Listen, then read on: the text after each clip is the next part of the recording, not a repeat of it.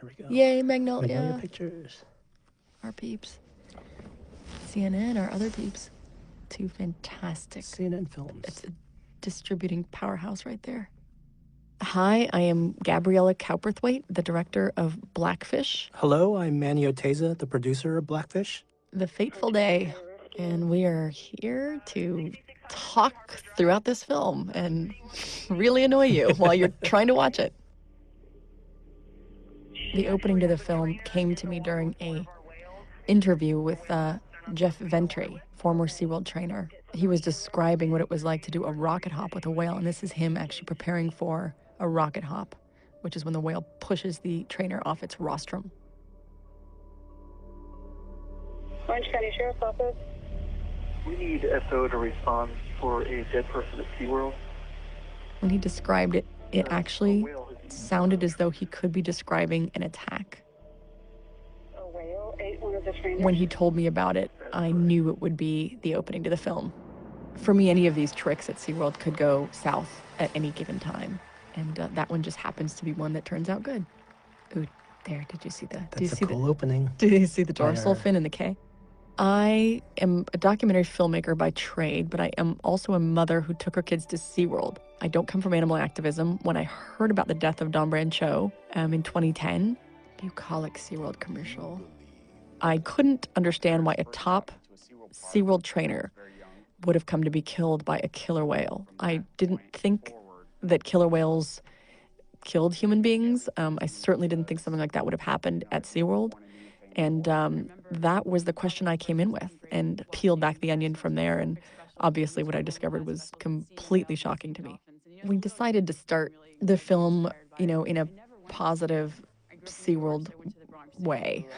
Because honestly, to me, the concept of SeaWorld and conjures happy memories for a lot of us. I really wanted to start with the trainers talking about what that was like to be excited about this glorious job, because I think that's something that resonates with us. I mean, I am a mother who took her kids to SeaWorld.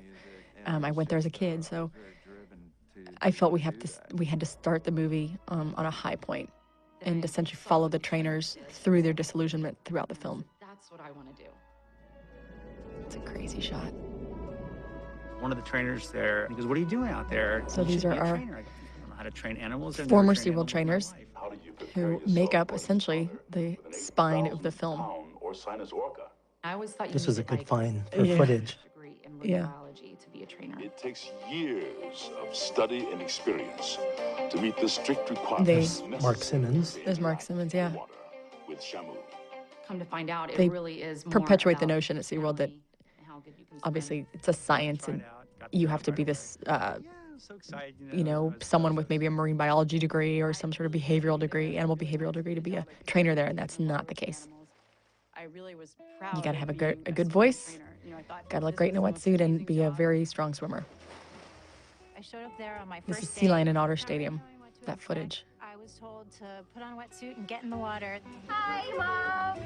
Oh, Hi, I Carol. was scared out of my wits. First of all, I put my wetsuit on backwards because I was raised on a farm in Virginia. Yeah, all these folks, no one, Memory of that time was that dolphins everybody has a positive memory of starting to work at SeaWorld. Watch this Sea Lion and Otter show, and this guy Mike Morocco, he comes out And during the a show lot of them dressed start up at Sea Lion and Otter as and kind of get their training their training chops with a sea through lion, that. coward sea lion, right?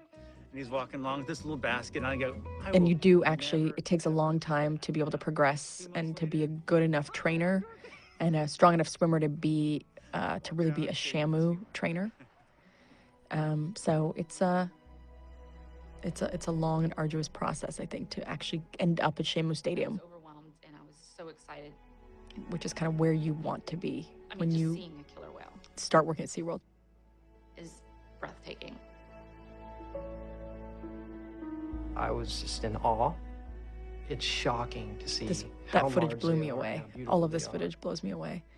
Being, in the presence of the killer whales was just inspiring and amazing. And I remember seeing them for the first time, just not being able to believe how huge they were. For everything that we realize and come to understand is wrong about keeping killer whales in captivity, there is something about seeing this footage that is, I don't know, does something to you. It's It is kind of it's breathtaking. It is 'cause breathtaking. for what they do. It's like, The whale's going to swim under you and pick you up again. Well, and this is an apex predator, and they're, you know, so clearly highly intelligent. And They just told me to go as do it, John and I Jett did it. says, you look into their eyes and you know somebody's looking back. But in very short order, we're going to realize that we're going to begin seeing past the veneer very quickly. When you look into their eyes, you know somebody is home. Somebody's looking back. You form a very personal relationship with your animal. There's something absolutely amazing about working with an animal. You are a team, and you build a relationship together, and you both understand. It's pretty the goal, incredible to and watch you that, both see how massive they are Scope. next to us. yeah. I've seen her have all 4 babies. We've grown up together. I think that was one of the baby That's the joy I shamus. got out of it, is a relationship like I've Kalina never maybe or had. something? I'm not sure.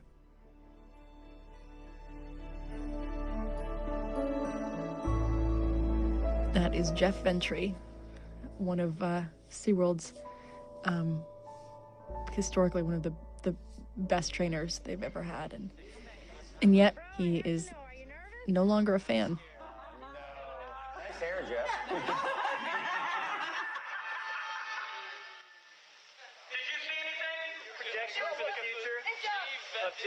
I felt that it was important to show the former trainers footage from their past. And it was really impactful for me to see Dawn in this old footage talking to Jeff. I knew Dawn when she was new. She was a great person to work with, and she obviously blossomed into one of SeaWorld's best trainers. This is Dawn Brancheau. Jeff Ventry mentioned that scene. When he saw that scene, he said it was like, It's a tough job, you know, isn't it? she was talking to him, you know. They took two very separate paths in their careers, and it was very strange for him to see her talking to him. It was like a world from a past life for him. She's athletic, she's friendly. You know, everybody loves Dawn. And I mean this so sincerely. Of watching you perform yesterday, you're amazing. Thank you. You really This are. was footage that was hard to find with Dawn Yeah. in the news. She is beautiful, well-spoken, and people describe her as the poster child of SeaWorld.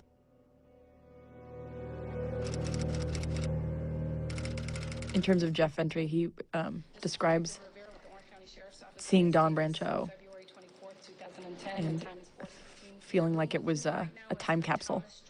You know, he was talking to someone who was just at the beginning of her career and so excited. And it was, he said he had one of the trainers, I think Samantha Berg, wanted to yell at her and tell her to get out now, because obviously she knew what was going to happen to her. So it's impactful. It was incredibly sad footage to see her looking so happy at the beginning of her life, I guess.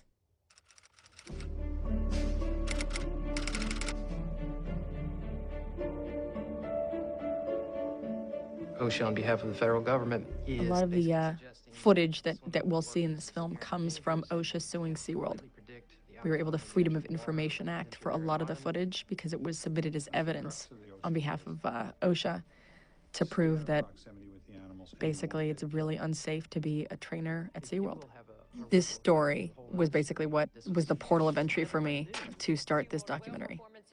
It was the death of Dawn Brancheau. I was a mother who took her kids to SeaWorld, and I was just trying to figure out why a top SeaWorld trainer came to be killed by a killer whale. And they are unpredictable because we don't speak whale. We don't speak whale, we don't speak tiger, we don't speak monkey.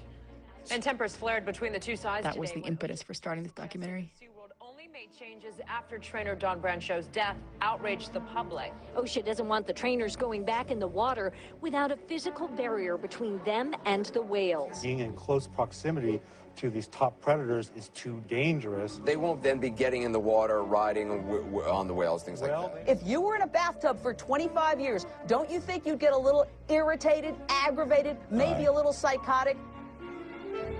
Yeah, everybody remembers that line.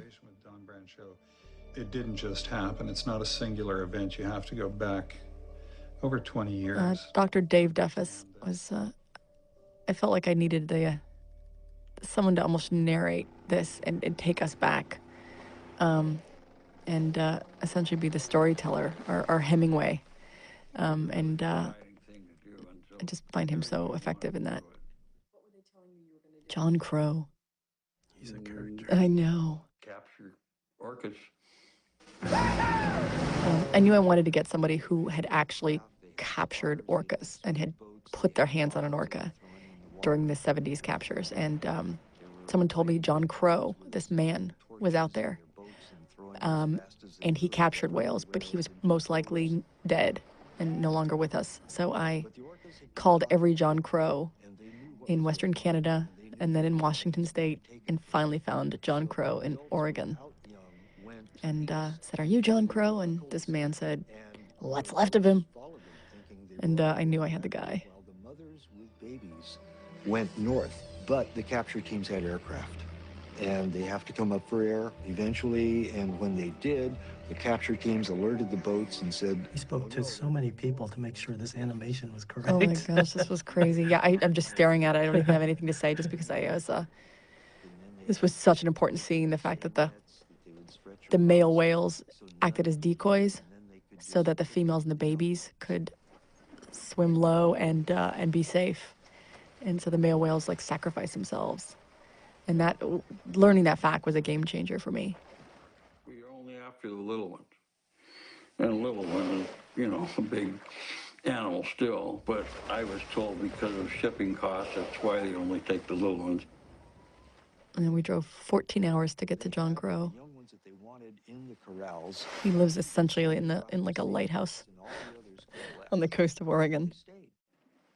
He was another game changer for me. Where they're trying to get the young orca in the stretcher, and the whole family is out here 25 yards away maybe in a big line, and they're communicating back and forth. Eye-opening. Well, you understand then what you're doing, you know. Just talking, hearing it from someone who was there, complicit in this kind of horrific event, added so much credibility to this whole issue. I mean, this guy thought this would be like a summer job, you know? A little kid away from her mother. Everybody's watching. What can you do? It's the worst thing I can think of, you know? I can't think of anything worse than that. He was incredibly uncomfortable during this interview. Sounds bad, but when the whole hunt was over... Ted Griffin, who was really one of the head guys in the captures in the 70s in Puget Sound, and I think captured the first whale, Namu, and really fell in love with this whale. And Namu shortly thereafter died, and Ted Griffin was just a broken man after that. Really, I didn't even think about it being illegal at that point. I thought it was a PR. At least that's what we tried very hard to interview him, but it's hearsay, of course. But he was very impacted by the death of that whale, and yet I think he continued in the captures. So he's a controversial guy. Back to Washington to capture whales. Without missing a beat, they went from Washington to Iceland and began capturing there. I've been part of one of my favorite lines in the change of presidents in Central and South America, and seen some things that it's hard to believe, but this is the worst thing that I've ever done, is hunt that whale.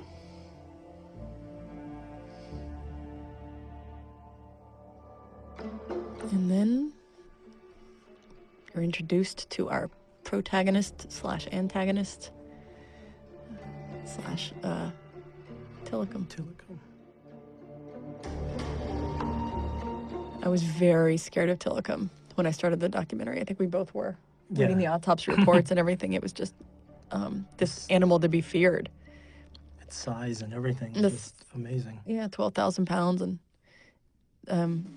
but in order to really understand the story, we have to go back and figure out what, I guess, may have contributed to making him the way he is.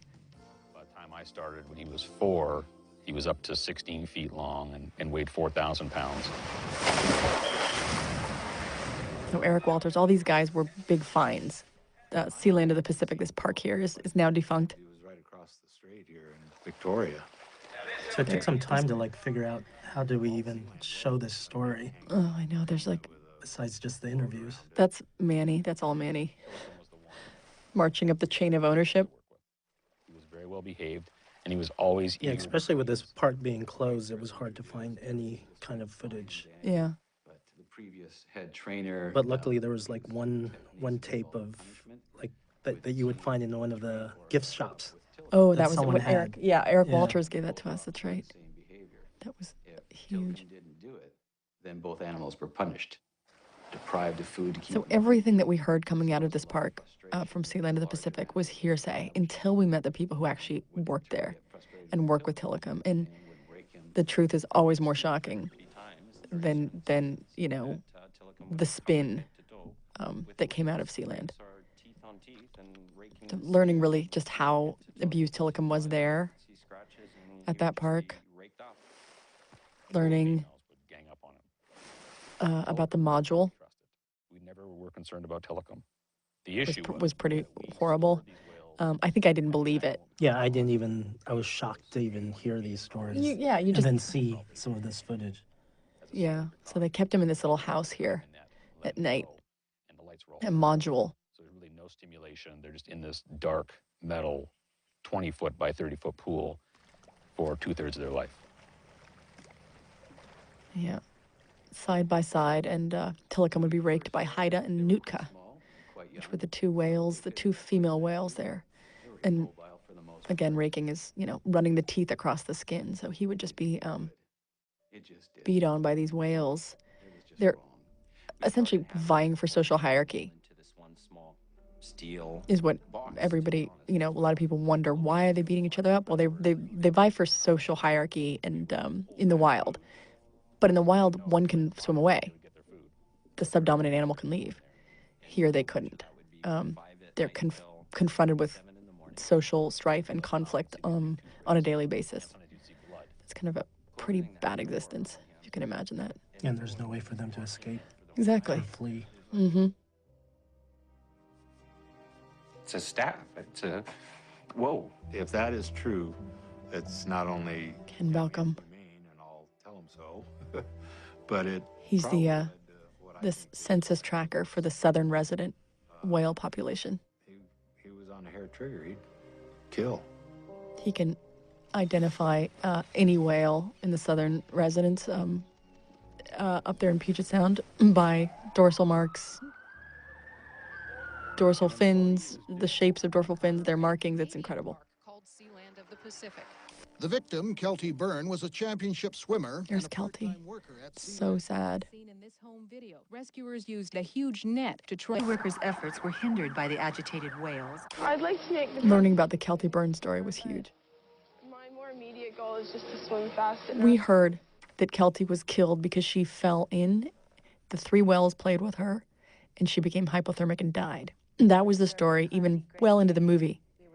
Well into the movie, I thought that was still the story.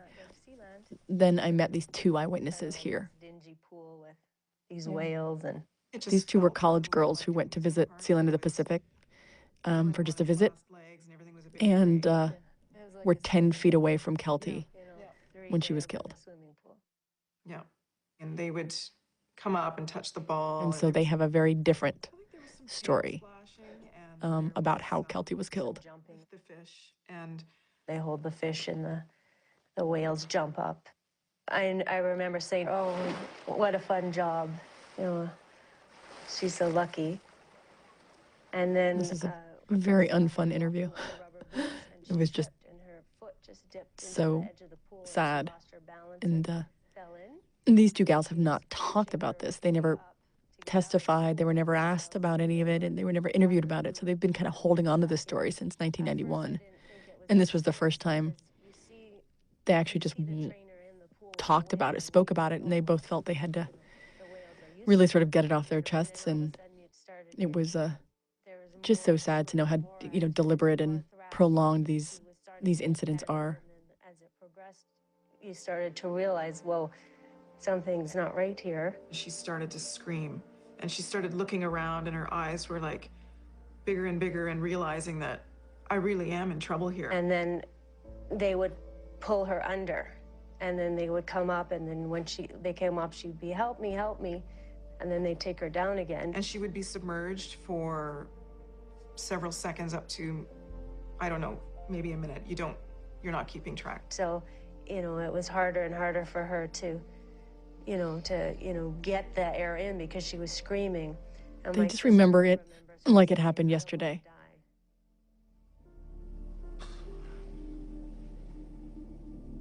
Well, condolences to Kelty's family. Yeah. That we couldn't help her. It was pretty wretched. Off camera, these two talked to me about how they, a little pond. It was so very sad that they Made the right decision. couldn't help her. I think they made eye contact with Kelty Byrne during that, and they're kind of haunted by that. There was really nothing they could do. They were running up and down the stadium trying to get people to help, but there weren't very many people there, and it's just really, really sad situation. We just left. Yeah, there was no big lawsuits afterwards, and there's no. Everybody took away from this story was, again, that Kelty Byrne slipped and fell, and they couldn't identify which whale really did the final damage because it was really all three whales that were playing with her. And these two gals knew differently. She was pulled under by the whale. Well, there's a bit of smoke and mirrors going on. I mean, one of the fundamental facts is that none of the witnesses were clear about which whale pulled Kelty in. Yes, yeah, it was the large whale, Tilikum, the male, is the one that went after her. And the other two just kind of circled around, but he was definitely the instigator.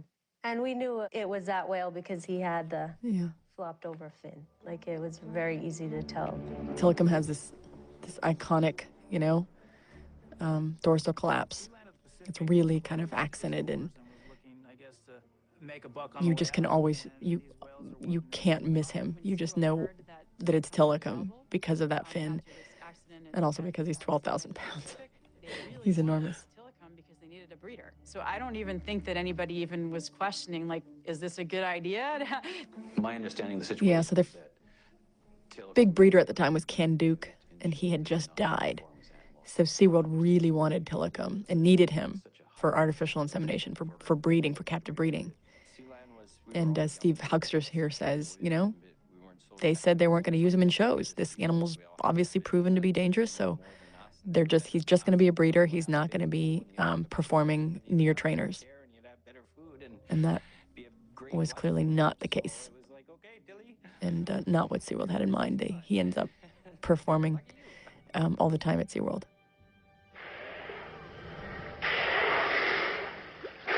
The orca's intelligence may be even superior. I just had to. I'm sorry. Orca? Come on, 1977. It's just so memorable for me. I remember watching it as a kid, and I was scared. Yeah, and everybody was like, "Oh, it's a Jaws knockoff." It's not at all. It's actually kind of nuanced. It's weird. It's like the guy, the fisherman, just kind of shoots or kills, I guess, the mother, and she's pregnant, and so the male bull comes after him to exact vengeance.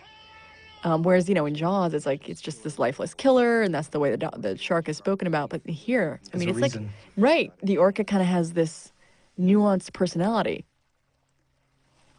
What we learned, but also just the way they talk in that movie and the way the icebergs look. It's such a no-brainer. It's magnificent. You have to have it in here.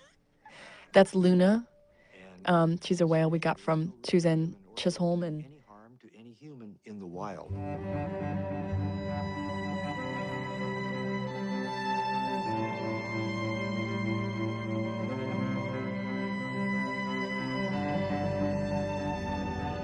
The Whale is just a magnificent movie, and about Luna. Lifespans very similar to human a whale who just kind of would befriend boats and people in boats and everything. But they were generous in letting us use their Luna footage because it's pretty magnificent stuff. Each community. This is our little our completely different set of behaviors. segment is kind of a somewhat scientific segment about, well, it is a scientific segment about whales in the wild. Because if you don't know what they're like in the wild and the fact that they need to have stay in these social pods in these and they swim with their families their entire lives, if you don't know that, you don't really think that much about them being in captivity. You don't think it's this terrible thing. We took this tremendous brain and we put it in a magnetic resonance imaging. This was another revelatory moment for me, learning about the whale brain. They've got a part of the brain that humans don't have. A part of their brain has extended out right adjacent to their limbic system. The system processes emotions. The safest inference would be these are animals that have highly elaborated emotional lives. It's becoming clear that isn't that like, it's just still jaw-dropping to me. So they have everything that we have in our brains, and then they have a part that we don't even have. And I mean, I still can't quite come to terms with that. It just seems like it speaks to them being evolved, maybe emotionally, maybe intelligently. I don't know. Their whole sense of self is distributed among the individuals in their group. 5 of them. This was pretty fascinating footage too. They've been breaking the ice off, and it's so hard because you come away loving killer whales, from anything that you learn about them, and then you see them do this, and you're like, oh no, I mean, they're, the convenient side of killer whales is that they bond socially, they're highly intelligent, they seem to be capable of love and bonding and all these types of things, and that's convenient, right? That's what SeaWorld certainly perpetuates, and that's what I think, it's all true. Like, these are animals that seem to be capable of those things, and yet they are also apex predators, and they're capable of killing animals we also love, like sea lions and dolphins. Exactly. It's just that side's not as convenient, right? That's not something we want to talk about as much, and certainly SeaWorld doesn't. People and the old fishermen on the coast, they call them Blackfish. I know, God. They're It's an amazing. animal that possesses I like the great color correction there with the gold. We were excited about that. And the music's And from the- our Jeff Beal, our That's right. composer. Oh my gosh, he just nailed this one. I knew I wanted cellos for that, I never get and out of he the boat. knew what to do. He knew what to do. The speed and the power is quite amazing. That was a very cold shoot. It's all the way up in Tofino Island. Tofino. It was actually Outset. Outset, Yeah, that's we took the boat right. from Tofino. Foot on the floor at all times. It took a long time to get there. That's right. And Dr. Duffus served us scotch Yeah. from like jelly jars. That's the only way you can stay warm.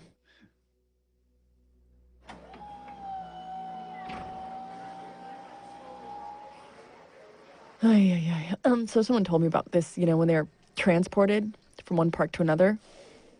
This is incredibly traumatic for them. Nobody at SeaWorld seems to realize that, but being taken out of the water and being put in a sling is really traumatizing to them. They've never felt their own weight before.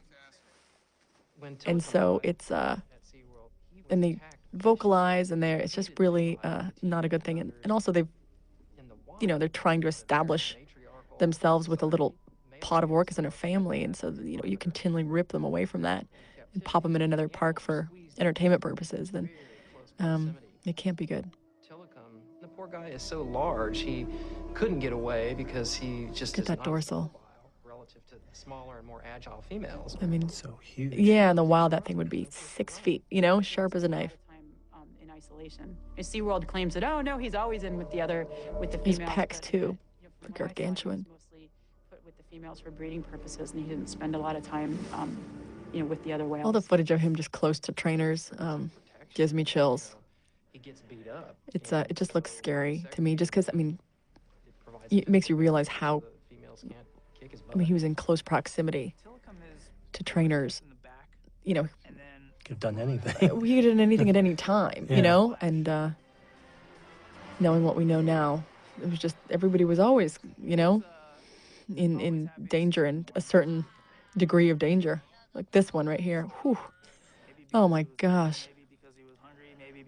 And then the other side, he just looks so sweet and receptive.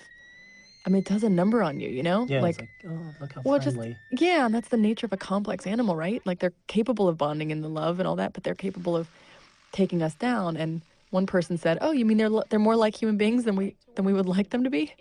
Capable of both?" He seemed to be enjoying, We tend to be very only comfortable with the soft and cuddly Shamu side. Wow, look how big that is. Yeah, every single trainer said he was just a joy to work with. Like, he was one of the sweeter, more receptive whales, and they were worried about other whales. There were other whales that terrified them, but a Tilikum wasn't necessarily scary. oh my God, he's the scary whale, not at all. Maybe some of it's just our naivety or whatever, because we weren't given the full details of Kelty's situation. I was under the impression that Tilikum had nothing to do with When he arrived there, people just had very little information. was the way they were acting around this whale, and what they had told us seemed to me to be two different things. The first day It seemed as though they were like, "Oh, the reason that Kelty died was because Sea Land of the Pacific was a really bad place, and they didn't treat their whales well, and that was really why that death happened. Wow, their trainers should have worn wetsuits. They wouldn't have become hypothermic and died." But there's every indication that SeaWorld knew much more about Kelty's death than they were telling their trainers. Why are you guys making such a big deal out of this when he didn't actually kill her? Well, clearly management thought there was some reason to exercise caution around him. It's clearly they knew more than they were telling us. Well, ladies and gentlemen, the next few behaviors you're going to be seeing, you can only see. This is a bit of a damning scene in some ways. Jeff was out in the audience filming one of the Shamu shows. It was a perfect show. All of the hot dog sequences, the water. It also gives me chills. It seems like this could have been a hair's breadth away from a death as well, this whole scene. I was really excited just to be capturing this because it was kind of turning out to be a great show. A show that's kind of complete. It's like anything can happen at any second. Definitely. At the very end of the show, There's Jeff with his rocket hops. Apparently, Tilikum lunged out of the water at her. And I had captured Tilikum coming out of the water, kind of turning sideways, and appeared to me to try to grab Liz. And at that moment, the tape became unusable. I was just kind of basically instructed to get rid of the tape. Wanting to kind of preserve the tape, I actually used the editing equipment and like snipped out that little half second or second when he did that and stitched it back Anything together. that suggested to anybody that Tilikum was This is no longer usable. potentially could have potentially killed somebody. It sounds like, It's out. SeaWorld wanted to bury it. Yeah. That's what it seems. So we covered the OSHA trials, and unfortunately couldn't get our cameras inside the courtroom.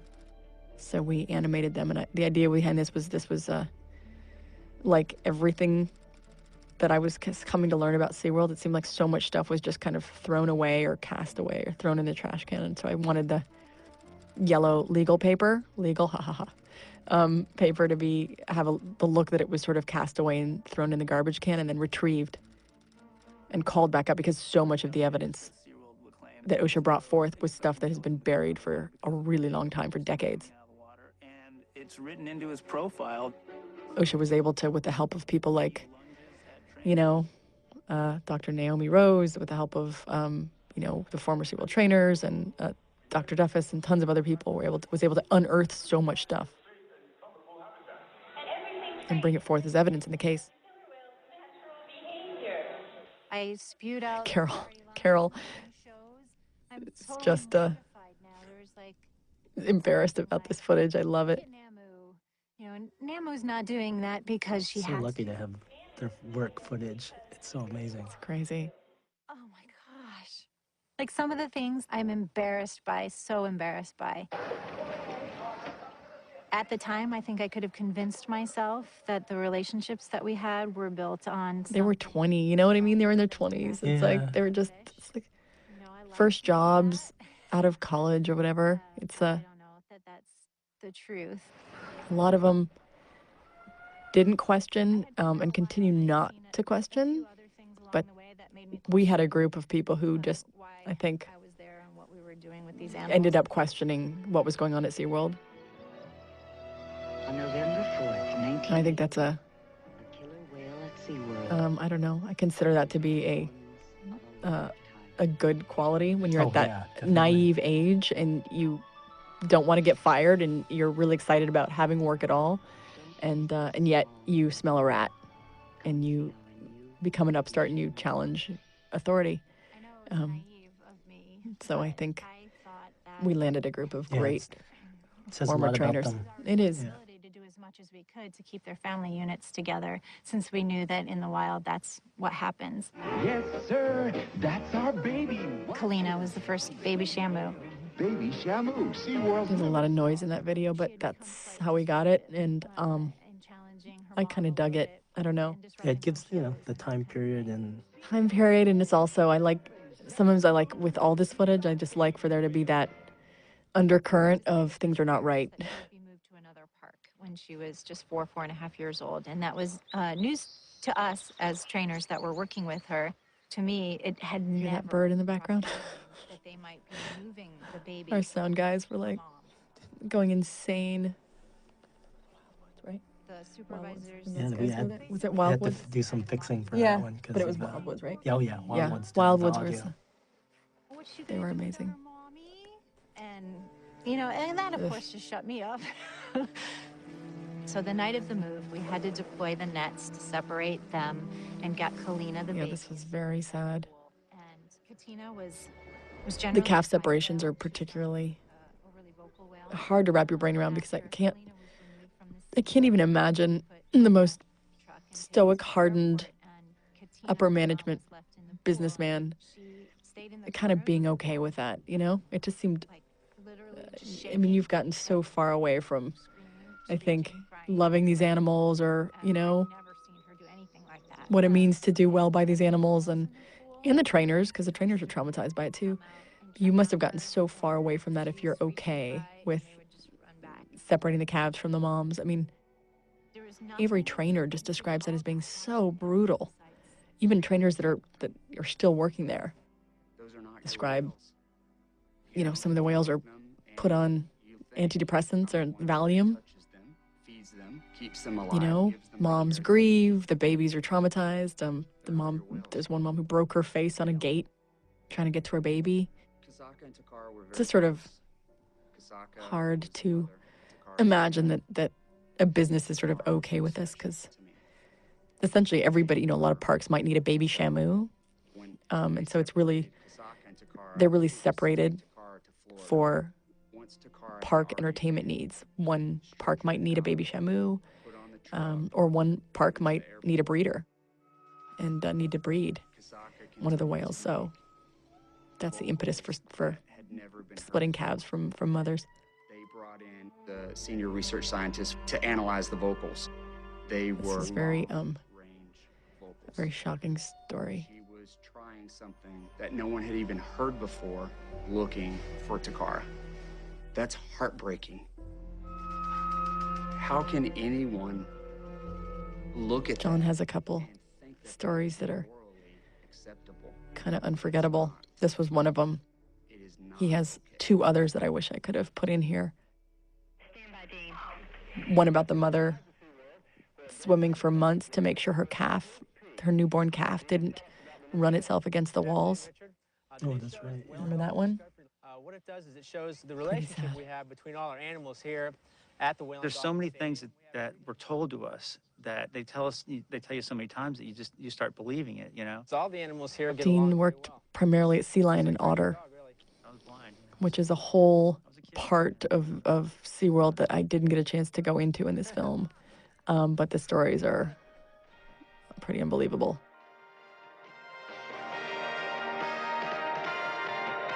You know, if you think about what, it's worse. It's, I mean, well, in terms of, you know, there's just terrible environment for these animals. They're all, you know, all the animals are, they say that sea lions go blind.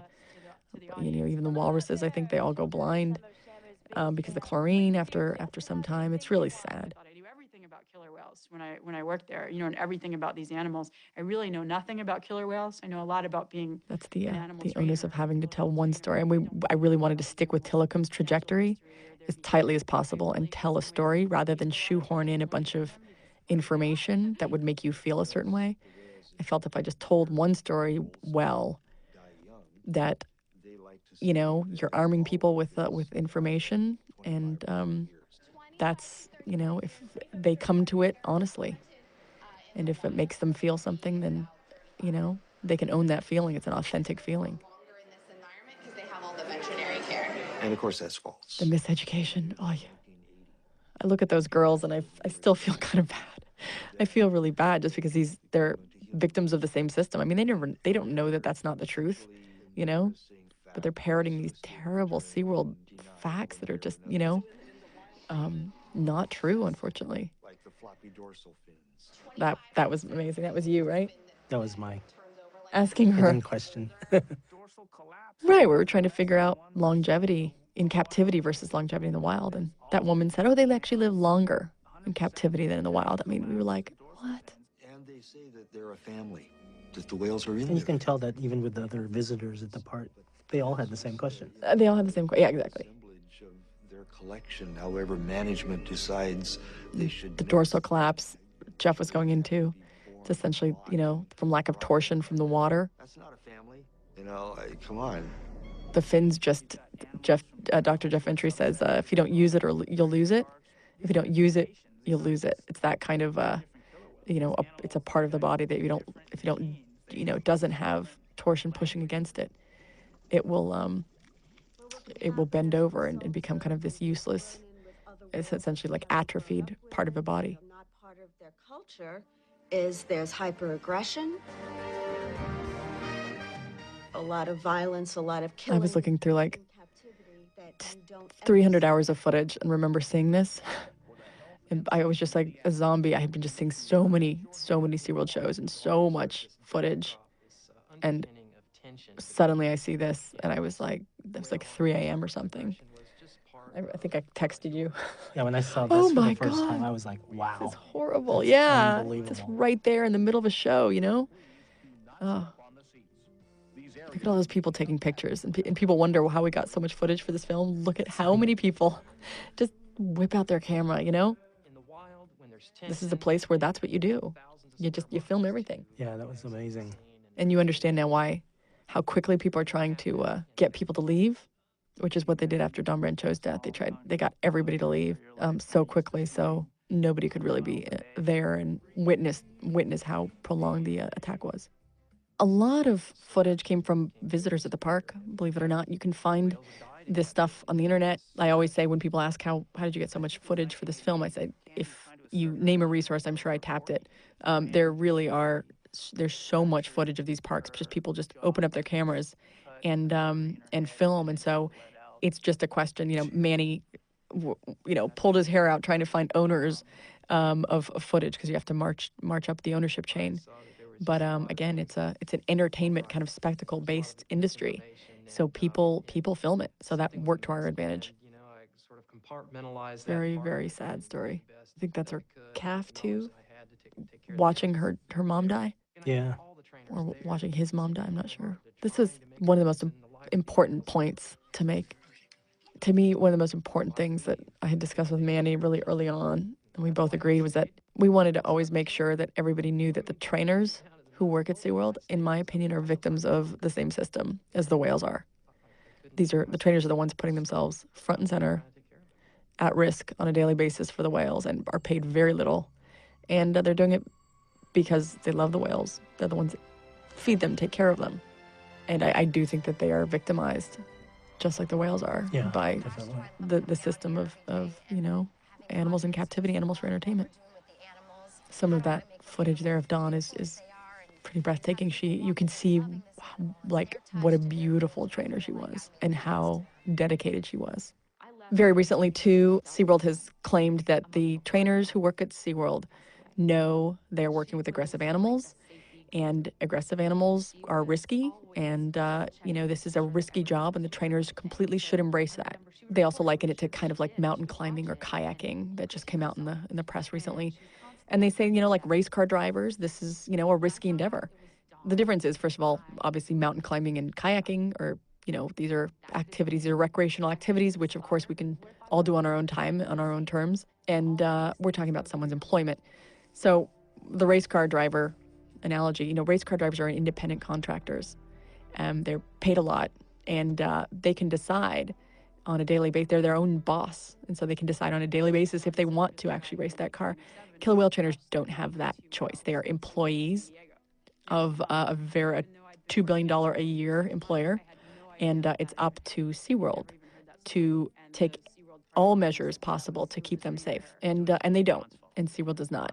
And they don't pay them a lot for undertaking the risk that they do, and they expect their employees to determine whether a killer whale is, quote unquote, in a bad mood, or, they blame their trainers for not recognizing the signs to be able to predict what a killer whale is going to do.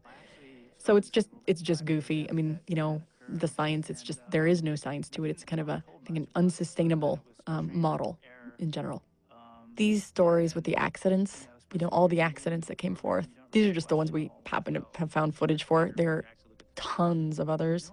Hundreds and hundreds, even thousands apparently, that aren't documented. I try to get a hold of every single person who was in one of these accidents with a killer whale, and either they are still working at SeaWorld. I think there's one of them, Ken Peters, who's still working at SeaWorld. All the other ones aren't. They not only don't talk to me, but they're even almost impossible to find. So it's the suggestion there is that everybody settled out of court with SeaWorld.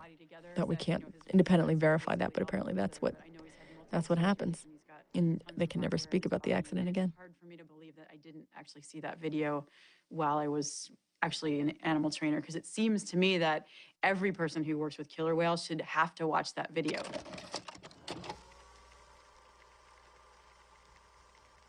Tamari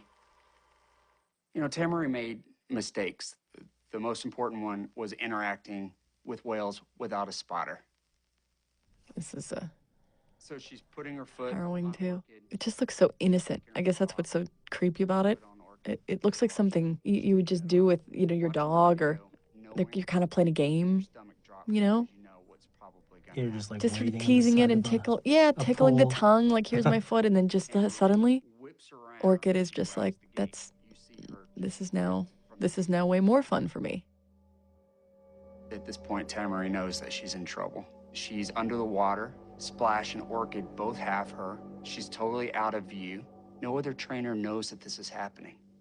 People start to scream, as the park guest. It's really hard to. Some people, like, you see how long it took him to put the camera down? Mm-hmm. The thing that happens when there's these incidents is people are so trained by SeaWorld, we're so anesthetized by SeaWorld, that we actually think the trainers are fine, and that this is just a silly little thing happening. It takes people a long time to figure out that these people are actually being attacked, because we're not conditioned to think that these animals are capable of that. It would give the precursor to Orchid that Kasaka was coming in. Kasaka is more dominant than Orchid. So Orchid let her go. Her arm, it was U-shaped. Yeah, it was. Oh I my know. gosh. Compound fractured. She's very lucky to be alive, that's for sure.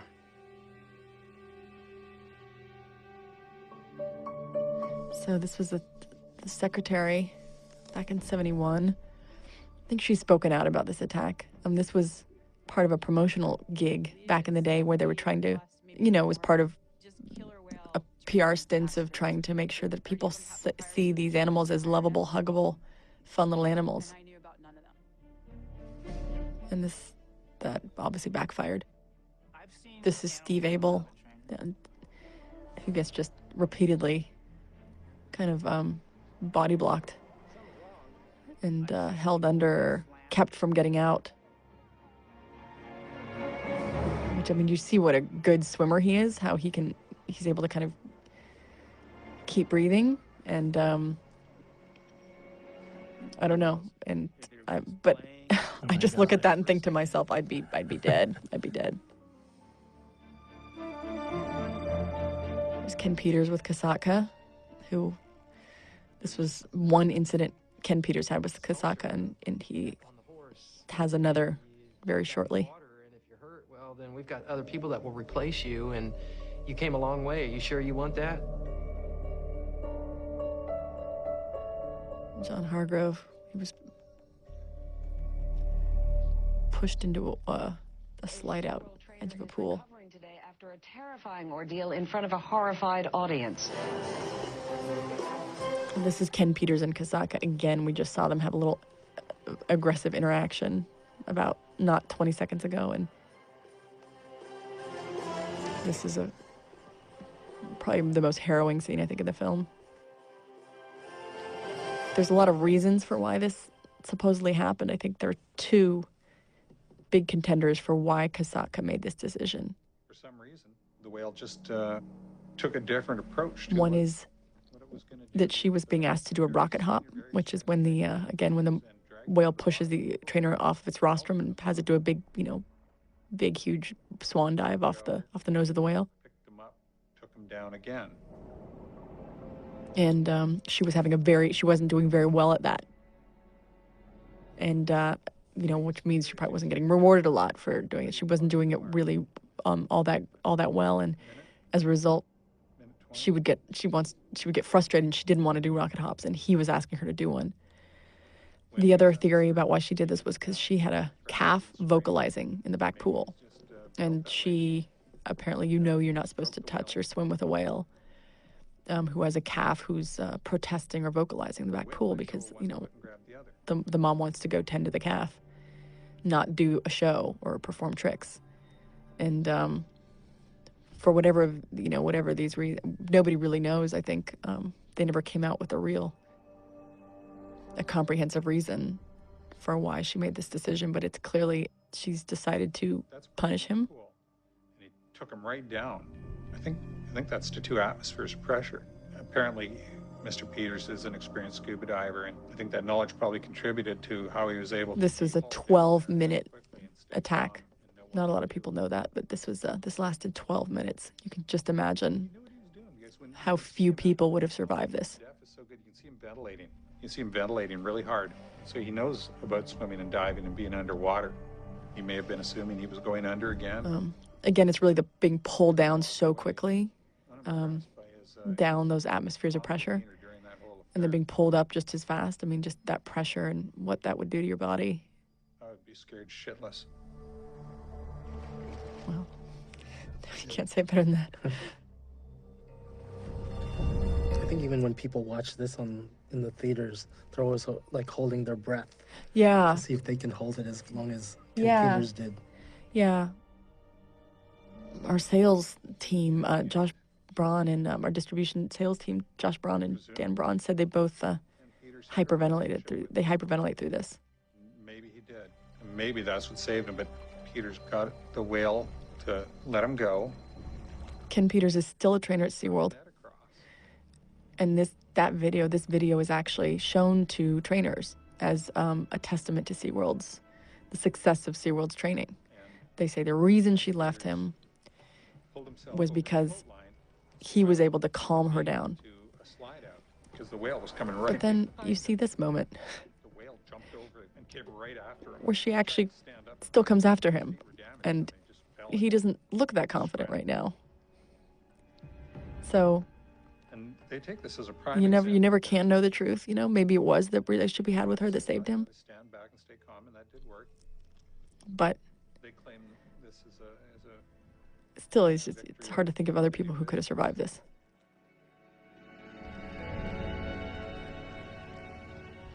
And maybe so, but it can also be interpreted as a hair's breadth away from another fatality.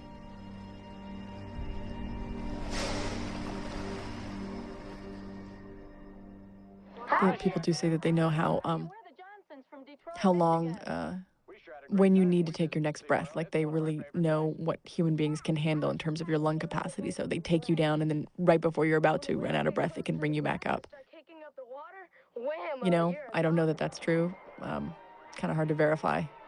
But, there are people who have been held down, and, a woman was in another park, I think, got brain damage from being held down. And, there's just tremendously bad things that can happen when a whale's aggresses on you. From South Carolina. Dukes was found yesterday draped over the back of Tilikum, the largest orca held in captivity. This was a tough one. This is still a tough one for us to swallow. There's just no information about Daniel Dukes. Long before he snuck into SeaWorld, maybe he climbed the barbed wire fence around the perimeter and stayed after hours. Perfect storyline. A mentally disturbed. Nobody knows what happened to Daniel Dukes. That's the conclusion. The spin that came out of SeaWorld was that he was homeless, that he was a pedophile, all these horrendous things, that nobody could independently verify. But they just made it look like this crazy guy who just jumped into the pool when, he very well might have just been someone who snuck in and stayed back and wanted to touch a whale or whatever and was pulled off the side, much like, Kelty was pulled in and Dawn was pulled in. That person didn't hear any Again, splashing it's or screaming I just find that John Jett says here, it's a little strange that nobody knew. Therapist or somebody was Nobody can ever verify what actually happened to this man. With a dead naked guy on his back, kind of parading him around the back pool. The public relations spin on this was that he was kind of a drifter and died of hypothermia, but the medical examiner... The 4 trainers who were there, the night trainers were there because, again, they say, there was a baby shamu actually at the pool at the time. And these are $1 million whales, right? So they have these trainers stay overnight looking after the whales. So the idea that not one of those trainers heard someone being killed by a whale is a tough pill to swallow, I think, for me at least. So why keep Tilikum there? This guy, he's proven track record of killing people. He's clearly a liability to the institution. Why keep him around? Well, it's quite simple to answer, and that is that his semen is worth a lot of money. I knew this. I knew this scene would be controversial a little bit, but, people wonder, why wouldn't you euthanize a whale that had killed people before? And why are they still front and center in your SeaWorld collection of whales? And it's because he is, again, a top raider. He...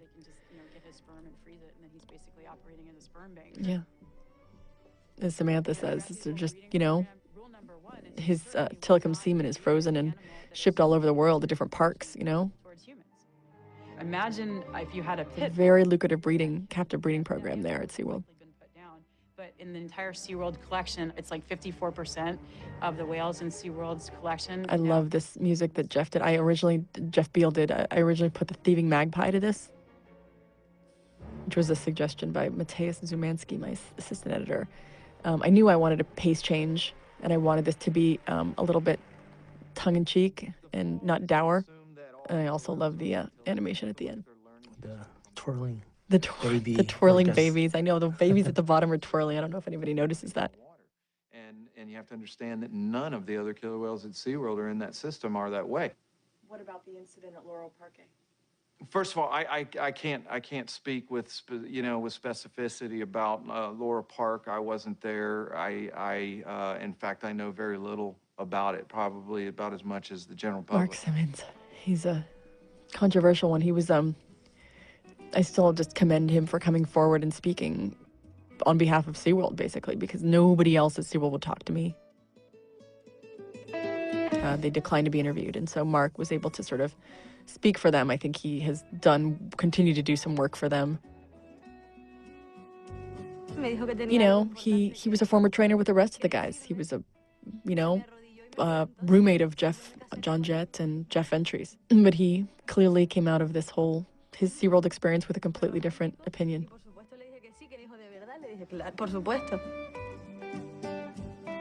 Loro Parque. This was a pretty incredibly tragic story. Introduced to me by Tim Zimmerman, who not only wrote Killer in the Pool, which was an article in Outside Magazine, but Tim also wrote Blood in the Water about this incident of Alexis Martinez being killed at a park called Loro Parque. It's the largest And this is important because everybody at SeaWorld and in the OSHA trials, and SeaWorld would say, well, it's only Tilikum. Tilikum's the only killer. He's essentially a lemon because he was trained so poorly at Sealand of the Pacific. And so it was always important for me to say, what about Keto killing Alexis in Loro Parque? I think like a month before Dawn was killed. These are all SeaWorld whales here at this park in Canary Islands. And so Tilikum's not the only killer. It wasn't ready for a show. The owner of the park. These trainers were trained by SeaWorld. The whales are SeaWorld whales. For 3 years, the animals ate the pools, and for 3 Why years, this story was really swept under the rug, I know not. Well, I do know. You do know. We know why. It's a pretty damning incident. they are responsible for those animals. This is basically these animals, eat the paint off the pools, and you can also see the breakage in the teeth there. He doesn't have a good reputation. The holes are, their teeth are bored out, which we'll get into at some point. But basically, they're trying to extract the paint out of the stomachs in that scene. Regimen that the SeaWorld trainers went through. And Alexis really was the best trainer. And I said, you're the only trainer there that can hold its own with a SeaWorld trainer. And I said, but you need to be careful.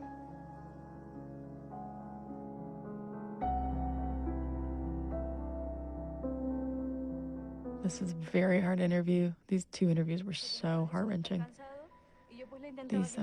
His fiancée and his mother, just talking about what a great guy he was and really talking about what happened. Dawn's family did not agree to be interviewed, really, extensively for this film. Certainly didn't agree to be interviewed about the incident. And I really respect and understand that. But this family was begging me to tell their story because they just have no answers. And in the end, it was the best trainer who lost his life. Me sonó el teléfono, me habló Miguel Díaz, el supervisor, el jefe de Alex, y me dijo, no, Estefanía, Alex tuvo un incidente sin importancia con una orca, él está bien.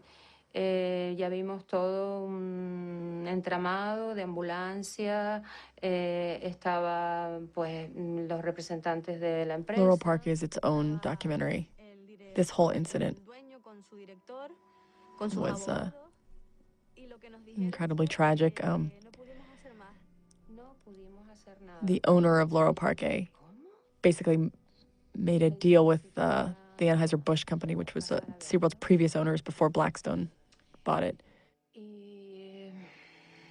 And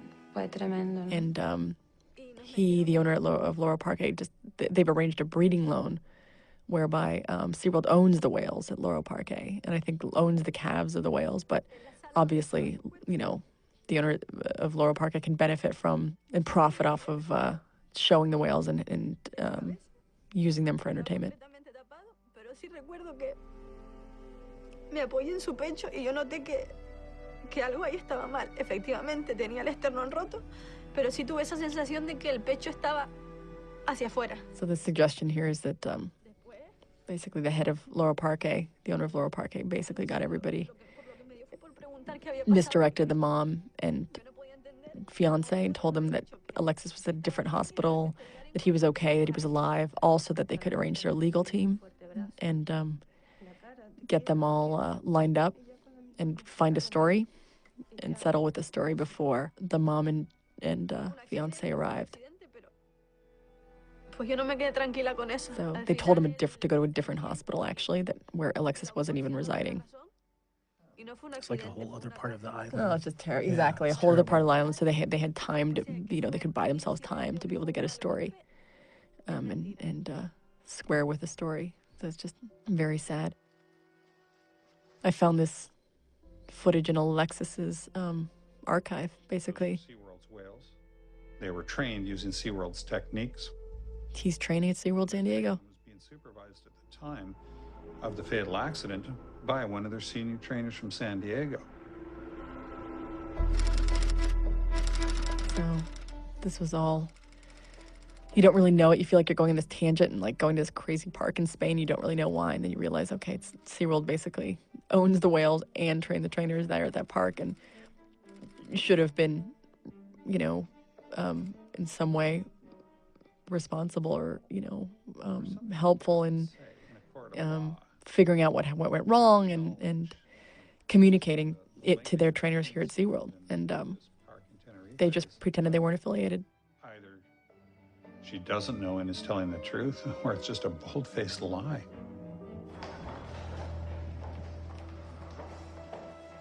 As trainers, we never forget Shamu's true potential. We see it each and every day. Crazy watching Jeffrey now. So Jeffrey's now a medical doctor. John Jett is now a professor of biology.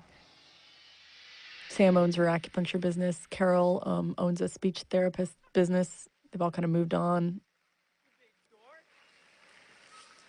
Dino rescues and rehabs animals down in Laguna Beach. It's just so strange to see them back here. They're so bright-eyed and so sold on this place, Somebody to be killed by Tilikum. I'm surprised it took this long as it did. First tonight, a 6-ton killer whale has lived up to his name, killing an experienced trainer at SeaWorld Orlando today. A tourist at an earlier show said the animal seemed agitated. Trainers complained the whales weren't cooperating. The whole show, the main Again, show. we're back to the beginning. The whole reason that everybody started paying attention to whales in captivity was really because of a top trainer's death. Set up to do a Dine with Shamu performance. It's very with Dawn. sad that it took, it took that. Yeah, it took that. Human beings, including myself, because I did not pay attention. I didn't know anything about whales in captivity. When you watch the whole video, you can see that Tilikum Didn't think there was anything particular, any worse about whales for entertainment at SeaWorld than maybe, any other animal in captivity. I didn't. That's the way a lot of people are. Yeah. Just Yeah. go and see and don't think anything of it. Well, and they looked loved, you know what I mean? The trainers are there. I think that is palpable. The trainers actually do love them. And, they look like they're getting some stimulation and they have each other. And then you learn that they fight, each other and vie for dominance, and they have social strife, and they don't live very long. On the perimeter peck wave. She asked him to do a perimeter pack wave where she asked him to Calves are ripped from mothers, and you start go all the way around the pool. open your eyes, I guess. Once you see it, you can't unsee it, is how I say it sometimes. Which is a bridge, which tells the animal that, okay, you've done a good job, come back and get food. But he missed that cue.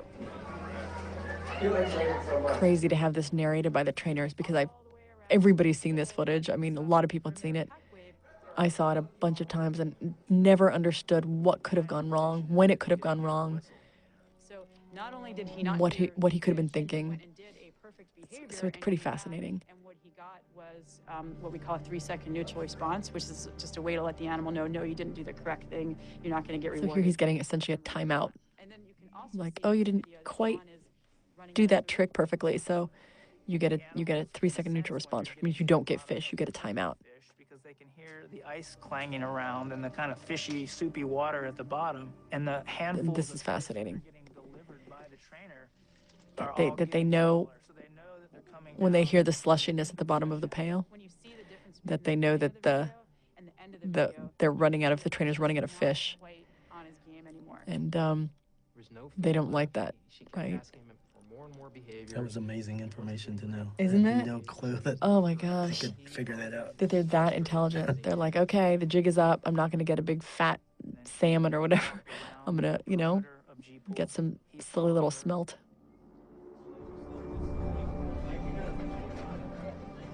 And then continued over into the rocky ledge area where she laid down with him to do a relationship session, which is it's quiet time. My stomach still gets tight, you know, when I see this. Grabbed a hold of her left forearm and started to drag her. And Everybody wants to know, why did you not show the death, or did you ever consider showing the death, or whatever? Everybody has a question about that. It was never anything I would have shown, and it was not made available to me. I think it was anything but play. And I would have, and I never pursued it. I would never shown that what people call the death tape in this film. Nothing educational you could get out of that you couldn't get from the autopsy report. And got to respect the family who's grieving, and I also want this to be a film that kids can see. I couldn't believe it. I just remember saying to myself, not Dawn. It can't be Dawn. He said that, and he still has her. And I just was so disturbed by that and the reality of how powerless we are. Avulsion, laceration, abrasion, fractures and associated hemorrhages, blunt force traumas to the main body, to the extremities. To see this meted out against a trainer. It just wasn't that. Cannot fathom the reason. It was pretty terrifying. So basically it was like Tilikum had her for so long, and the trainers could not wrest her body, Dawn's body, away from Tilikum. It's just so sad. And basically the trainer death information had been communicated all the way across the country to another park where John Hargrove was, and they still didn't have Dawn's body safely away from Tilikum. Something like that to happen 20 years apart.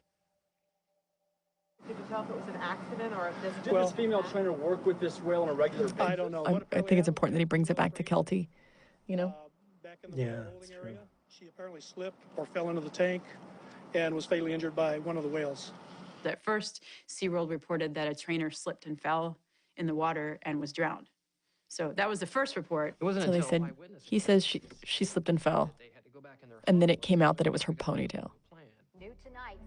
Any of these incidents end up being trainer error.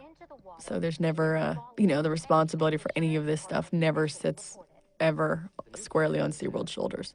But it's only when people, internal folks who have actually seen the entire tape of what happened to Dawn. Ponytail, or if she did have that ponytail. I think the public wonders why we're fixated on the ponytail theory, but it's really out there, spun by SeaWorld as that Dawn was pulled in by Tilikum by her ponytail.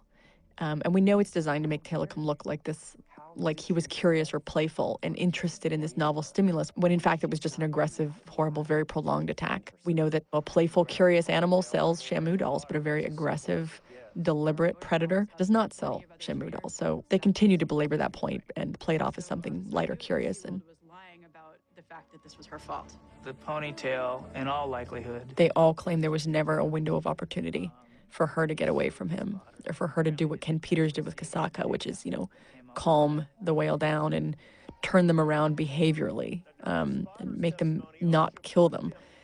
Dawn never had that chance with Tilikum.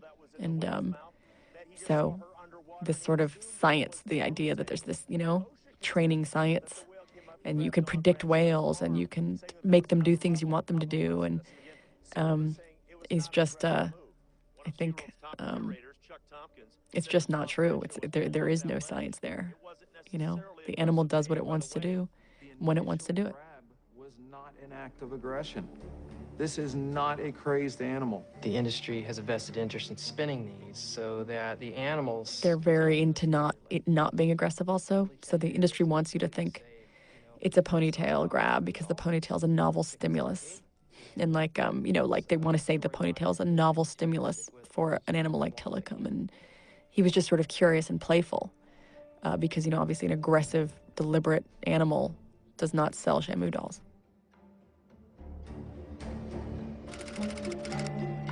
They're trying very hard here to perpetuate the concept of a happy, lovable Shamu. Those that say this is a crazed animal that acted out and grabbed Dawn maliciously, they want to prove the theorem that captivity makes animals crazy.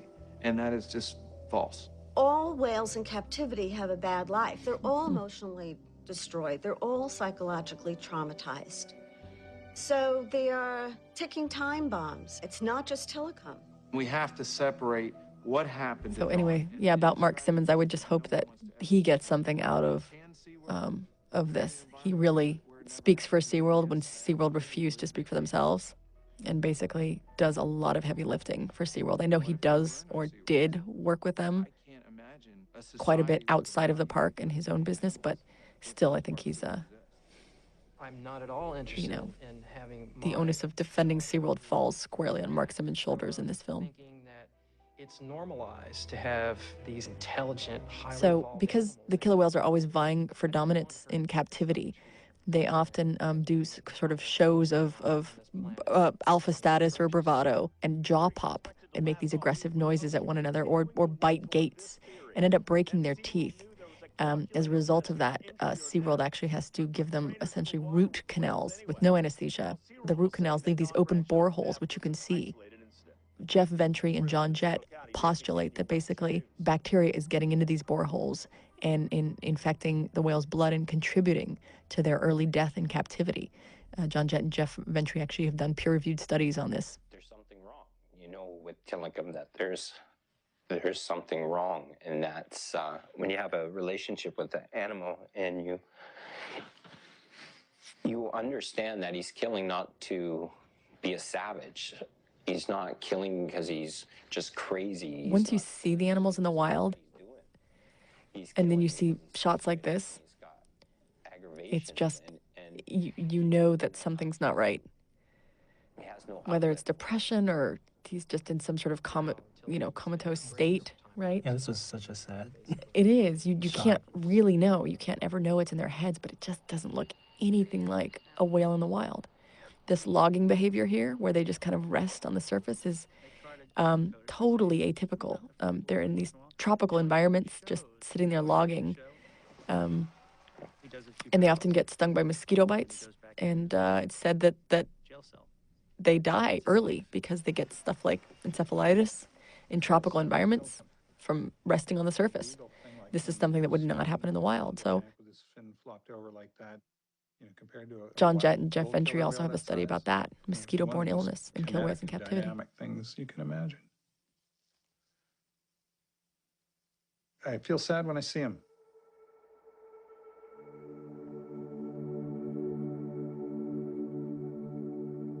It's time to stop the shows. It's time to stop forcing the animals to perform in basically a circus environment. And they should release the animals that are young enough. It's amazing how many kids resonate. You know, the movie resonates with a lot of kids. 25 years in the industry should be released to an open ocean pen so they can live out their lives. They seem to kind of come out of the womb with empathy. Yeah, like natural. They get it. Yeah, natural sympathy and empathy, and They're not suitable to it's have. drummed out of you. You know, the veneer and the marketing and all that is drummed out of you, and you start thinking animals for entertainment are just fine, natural, fun, or very, very entertaining.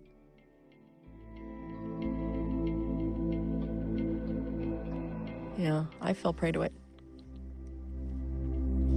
Yeah, for 6 months I tried to interview them, and we went back and forth on emails, and they finally declined.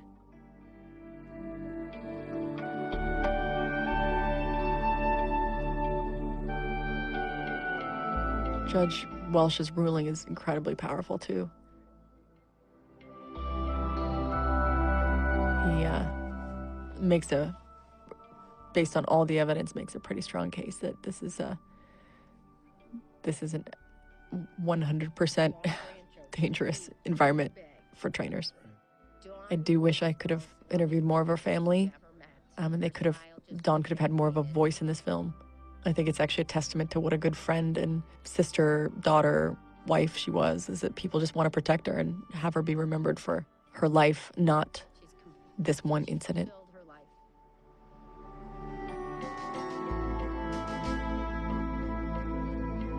All the trainers every year now meet up at the San Juan Islands and go look at whales in the wild.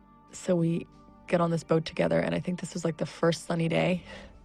Yeah, all the days that before it. All the days before it and after even it. For like, after it was all that's cloudy. right. Oh, then people were saying for months it had just been incredibly cloudy and rainy, so we just get the sun break, and on the day that we want to film, it was kind of a good sign. Very lucky.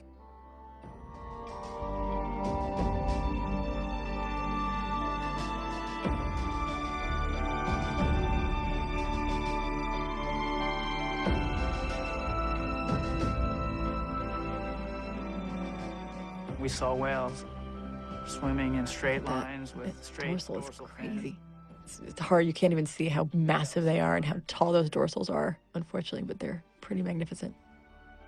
So we gave SeaWorld ample opportunity to be interviewed while we were making the film, and, they declined. But since then, since the film has come out, I think a week before our theatrical release, they came out swinging. They had hired a very powerful PR damage control firm and came out with some assertions against the film, one of which they were challenging lifespan of whales in captivity and lifespan in the wild. And basically they say that, well, they've only been around for 40 years, so how can they know how long their whales can live? So, it's just typical SeaWorld spin, in captivity. The point that we need to emphasize is that they just die, very early deaths. So the death rate is 2.5 times greater in captivity than in the wild. Most orcas die in their teens and 20s. I think only a handful have made it past 35. And, their estimated maximum lifespan in the wild is, 70 years for males and 90 years for females. So it's not even controversial data. Anybody can just go and look this stuff up. So, again, it's just sort of a falsehood that comes out of SeaWorld. Well, then there you go. The end game is not to shut down SeaWorld, like some people think. This is a $2 billion a year industry. They are probably the only ones with the financial resources to evolve us past animals for entertainment into the alternatives that we suggest, which are rehabilitation and release, and sea sanctuaries and sea pens, where you sort of cordon off an ocean cove with a net and semi-release, semi-retire the killer whales there, and they can, they can be killer whales for the first time. And I think that people would, this could be a profit-making endeavor. I think people would flock in droves to go see a killer whale being a killer whale in a sea sanctuary. So we really strongly believe that SeaWorld could play a tremendously heroic role here.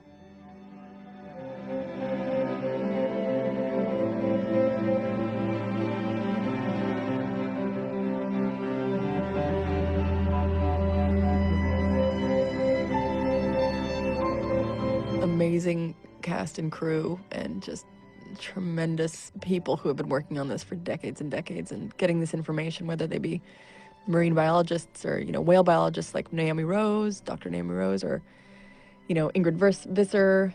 There's so many people whose shoulders we stood on to get this information out there and who really knew this information for 4 decades, I hope this here movie is of use, is a useful tool to those folks who helped us get here. Thanks for watching and all the support. Really appreciate it. This is Manuel, Oteyza, the producer. This is Gabriela Cowperthwaite, director. Thank you so much for sitting through my useless, mind-numbing banter with my producer here. But I hope you enjoyed the film. Thanks. Thank you.